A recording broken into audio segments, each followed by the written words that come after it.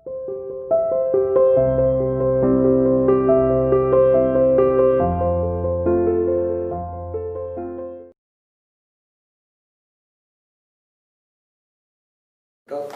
To online class of CR international school. बेटा हम लोग चैप्टर कर रहे थे लाइट।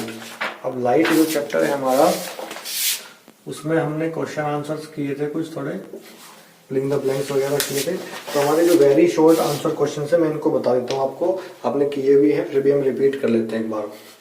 तो बेटा ये देखो, आप फर्स्ट क्वेश्चन जो है आपका, फर्स्ट क्वेश्चन कहता है कि name the two types of blindness. आपको पता है टू टाइप्स ऑफ ब्लाइंडनेस कौन सी है? देखो आपके ये ब्लाइंडनेस आपके पास दो तरह की होती है, एक तो क्योरेबल एंड इनक्योरेबल, जिसमें क्या बोलते हैं, विजुअली चैलेंज जिसको हम बोलते हैं। ठीक है, हाँ। तो दूसरा हमारे पास जो क्वेश्चन है, ये हमारे पास जो क्वेश्चन है आपके पास, what is meant by power of accommodation. Power of of एकोमोडेशन मैंने बेटा उसमें बताया था ह्यूमन आई में आपको, कि जो हमारी जो एबिलिटी होती है ना आई लेंस की, जो अपने फोकल लेंथ को चेंज कर सकता है with the help of ciliary muscle.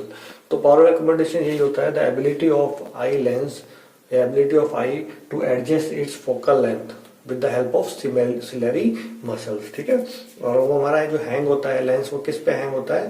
Ciliary muscle पे हैंग होता है, बट वो with the help of suspensory ligament. ठीक है, तो हमारी आई की जो एबिलिटी है, हम एकदम से इसे नजदीक देखते हैं, सडनली हम दूर भी कितना भी दूर देख सकते हैं। अगर हम अपनी जो फोकस चेंज करते हैं, अभी यहाँ फोकस है हैंड पे और दूर फोकस करते हैं, तो इमीडिएटली फोकस हो जाता है। ये नहीं है कि एकदम से आप अपनी जो है आई को चेंज कर रहे हो पोजीशन को, तो सबसे पहले ब्लर्ड इमेज दिखाए, फिर धीरे धीरे करके आपकी वो फोकस हो।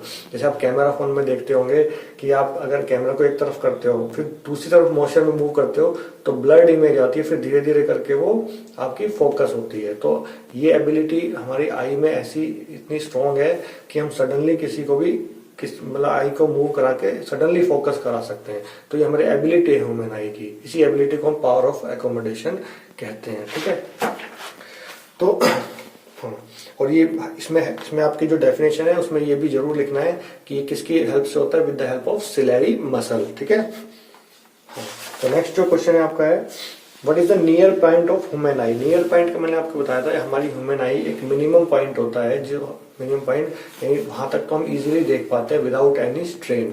ठीक है, तो वो हमारा मिनिमम जो नियर पॉइंट है वो हमारा 25 सेंटीमीटर। तो at what angle are the mirrors inclined to each other in kaleidoscope. तो इसमें जो मिरर के जो मिरर्स होते हैं वो कितने एंगल्स पे होते हैं? अगर आप एक्टिविटी भी पढ़ोगे तो उसमें लिखा होगा 60 डिग्री पे इंक्लाइंड होते हैं। ठीक है, नेक्स्ट है ब्राइले सिस्टम। ब्राइले सिस्टम मैंने आपको बताया था, ये किसके लिए होता है? विजुअली चैलेंज जो पीपल्स होते हैं उनके लिए होता है। और ये होता है कि एक्चुअल में ये होता है, ये रेज्ड डॉट बने होते हैं 6 के सेल से, यानी 6 डॉट्स बने होते हैं और वो रेज्ड होते हैं, थोड़ा ऊपर की तरफ उठे हुए होते हैं। ठीक है, जो कि डिफरेंट कैरेक्टर्स को शो करते हैं। तो ये हमारा ब्राइले सिस्टम है। जो अब नेक्स्ट आता है आपका E part, short answer type questions. State the laws of reflection. आपने पढ़ा है लॉज ऑफ रिफ्लेक्शन दो तरह के होते हैं। पहला लॉ क्या होता है आपको पता है, कि जो हमारी जो नॉर्मल जो incident ray, normal and reflected ray all lie in the same plane. ठीक है, ये हमारी इंसिडेंट रे हो गई, ये नॉर्मल लाइन हो गई और ये रिफ्लेक्टेड रे हो गई, ये all lie in the same plane. मैंने आपको बताया था सेम प्लेन का मतलब 2D फिगर, या तो लेंथ ब्रेड्थ हाइट या हाइट लेंथ। ठीक है, किसी भी तरीके से 2 ही डायमेंशन में आ जाएंगे, तीसरे डायमेंशन में इन तीनों में से कोई भी नहीं आएगा। तो सेकंड लॉ हमारा था कि जो एंगल ऑफ इंसिडेंस है, जो कि बनता है किसके बीच में? इंसिडेंट रे और नॉर्मल के बीच में एंगल आई, और एंगल ऑफ रिफ्लेक्शन बनता है नॉर्मल और रिफ्लेक्टेड रे के बीच में, वो इक्वल होते हैं। तो angle of incidence is always equal to the angle of reflection, या angle of reflection is always equal to the angle of incidence, यानी दोनों इक्वल होते हैं बेसिकली। लेकिन हमें लिखना क्या है? The angle of reflection is always equals to angle of incidence. ठीक है बेटा, नेक्स्ट है draw a diagram to show the formation of an image of a point object in a plane mirror. यानी हमें क्या एक डायग्राम बनाना है formation of a image object, point object की। अब आपको बताया था मैंने, पॉइंट ऑब्जेक्ट का भी बताया था और एक्सटेंडेड ऑब्जेक्ट। आप एक पॉइंट ऑब्जेक्ट लोगे, वहां से कोई भी दो रे पास, आपको कोई भी दो रे नहीं लेनी है, तो आप सीधा ले सकते हो एक रे, ठीक है। तो ये जिस पाथ से जाएगी उसी पाथ से रिटर्न हो जाएगी। इसको बैक साइड अगर प्रोड्यूस करोगे तो इधर आएगी, ठीक है।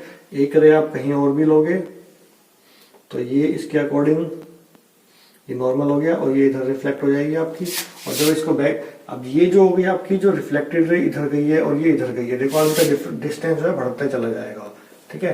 तो ये कभी नहीं मिलेगी। लेकिन इसको बैक साइड जब प्रोड्यूस करेंगे हम, तो बैक साइड आप देखोगे इधर प्रोड्यूस हो रही है, यानी इसकी पॉइंट ऑब्जेक्ट की इमेज आपकी आ जाएगी, ठीक है। नेक्स्ट क्वेश्चन है what is meant bye reflection of light. अब रिफ्लेक्शन आपको पता ही है कि किसी भी सेम मीडियम में bouncing back of light in the same medium. अब सेम मीडियम क्या होता है, जिसमें लाइट ट्रेवल करती है, ठीक है। अब देखो ये एयर में ट्रेवल कर रही है लाइट, अभी एयर में, मीडियम हमारा एयर है, और यहाँ पे पॉइंट ऑफ इंसिडेंस पे टच होने के बाद वो इधर निकल जाएगी और वो भी एयर ही है, यानी इसका जो बाउंसिंग बैक है लाइट का वो सेम मीडियम में हो रहा है, तो इसे कहते हैं रिफ्लेक्शन ऑफ लाइट। तो the bouncing back of light in the same medium, ठीक है, तो उसे क्या कहते हैं हम, रिफ्लेक्शन ऑफ लाइट। आपकी डेफिनेशन में भी आपको दिया हुआ है, बहुत अच्छे तरीके से दिया हुआ है, फर्स्ट पेज पे दिया है, reflection is the phenomena of bouncing back of light in the same medium in which it was travelling when it falls on the surface. यानी पहले वो जिस मीडियम में चल रही थी, रिफ्लेक्ट होने के बाद या सॉरी बाउंस होने के बाद वो उसी सेम मीडियम में वापस चली जाएगी।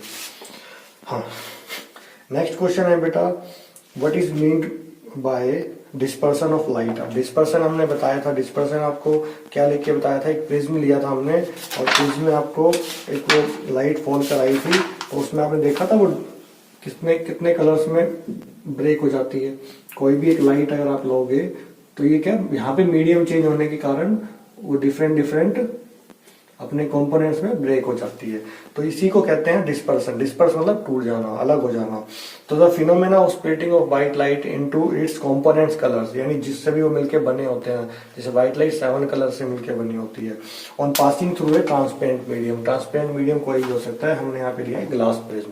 जैसे कि आप रेनबो देखते हो, रेनबो में उस टाइम ट्रांसपेरेंट मीडियम कौन होता है, वो होता है आपके छोटे छोटे वाटर ड्रॉपलेट्स, ठीक है, और वो एक्ट कैसे करते हैं, एज ए प्रिज्म करते हैं उस टाइम पे, इसीलिए आपकी जो सनलाइट है वो 7 कलर्स में ब्रेक होती हुई दिखाई देती है। तो ये हो गया आपके पास बेटा डिस्पर्सन ऑफ लाइट की डेफिनेशन। नेक्स्ट डेफिनेशन आती है आपके पास what is meant by spectrum of light. अब देखो जो डिस्पर्सन से जो हमारे पास जो कलर्स बने थे, जो 7 कलर्स आए थे, उन्हीं उसको हम क्या बोलते हैं, उसी बैंड को हम स्पेक्ट्रम बोलते हैं, ठीक है, जिसको हम स्क्रीन पे ऑब्टेन करवाते हैं। जैसे आप वो देखते हो रेनबो में, तो वो एक स्पेक्ट्रम ही है आपका, बैंड ऑफ 7 कलर्स, ठीक है।